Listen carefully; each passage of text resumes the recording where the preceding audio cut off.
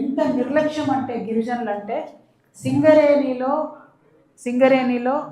గిరిజనులైనా ఆదివాసీలైనా సింగరేణిలో Manuguru mine extend చేస్తూ పెద్దపల్లి అనేటటువంటి ఒక గుత్తికోయ తండా ఉంది. మొత్తంగా ఊరంతా తీసేశారు. 70 ఇండ్లు, ఆ 70 మందిని తీసేశారు. కనీసం వాళ్ళకి R&R ప్యాకేజ్ ఇవ్వలేదు, వాళ్ళ భూములకు ధర ఇవ్వలేదు, ఏది కూడా ఇవ్వలేదు. తీసి అవతల పడేశారు అంతే సింపుల్గా. ₹1,00,000 చేతిలో పెట్టి మీరు వెళ్ళిపోండి అన్నారు. ఎన్ని రోజులు ఉంటాయి ₹1,00,000? లెక్క ప్రకారం, రూల్ ప్రకారం సింగరేణిలో 1 ఇంచు జాగపోతే కూడా పర్మనెంట్ ఉద్యోగం ఇవ్వాలి.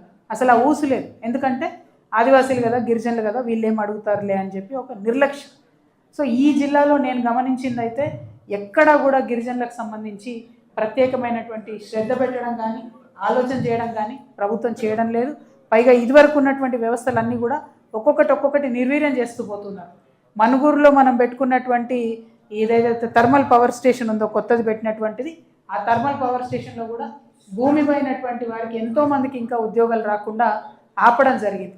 మరి ఎందుకోసం ఇంత నిర్లక్ష్యం అని నేను ఈ జిల్లాలో ఉన్నటువంటి మంత్రులందరినీ కూడా అడుగుతూ ఉన్నాను.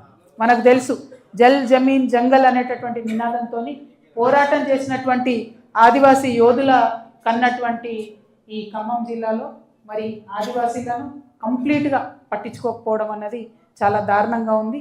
కొత్తగా క్రియేట్ అయినటువంటి కొత్తగూడెం భద్రాద్రి జిల్లాలో ఆదివాసీల హక్కుల కోసం తెలంగాణ జాగృతి ముందుండి పోరాటం చేస్తుందని ఈ సందర్భంగా నేను తెలియజేస్తూ ఉన్నాను.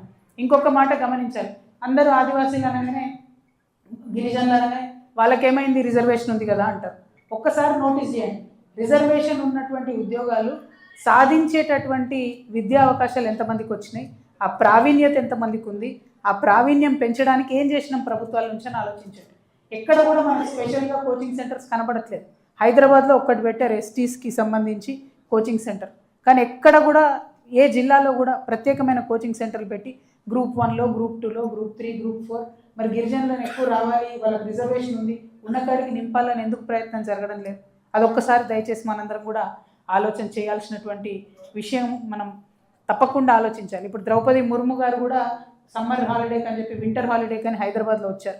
మేము ఖచ్చితంగా ఈ పెద్దపల్లి అనేటటువంటి గుత్తికోయ తండా ఏదైతే సింగరేణి వాళ్ళు విస్మరించిండ్రో వారిని మేము డిమాండ్ చేస్తూ ఉన్నాం. సింగరేణి మీరు తక్షణమే వారికి R&R ప్యాకేజ్ ఇవ్వండి, లేదంటే మేము రాష్ట్రపతి గారి దగ్గరికి పోవడానికి కూడా వెనకాడము. ఆ గిరిజనుల వెనుక తప్పకుండా తెలంగాణ జాగృతి నిలబడి ఆ 70 మంది ఏదైతే ఉన్నారో, అంటే తండాలు చిన్ననే ఉంటాయి, గూడెలు గుత్తికోయాలి, ఆ 70 ఇండ్లు ఏదైతే ఉన్నాయో, ఆ కుటుంబాలు ఏవైతే ఉన్నాయో వాటికి అండగా జాగృతి నిలబడుతుందని కూడా ఈ సందర్భంగా తెలియజేస్తూ ఉన్నాం.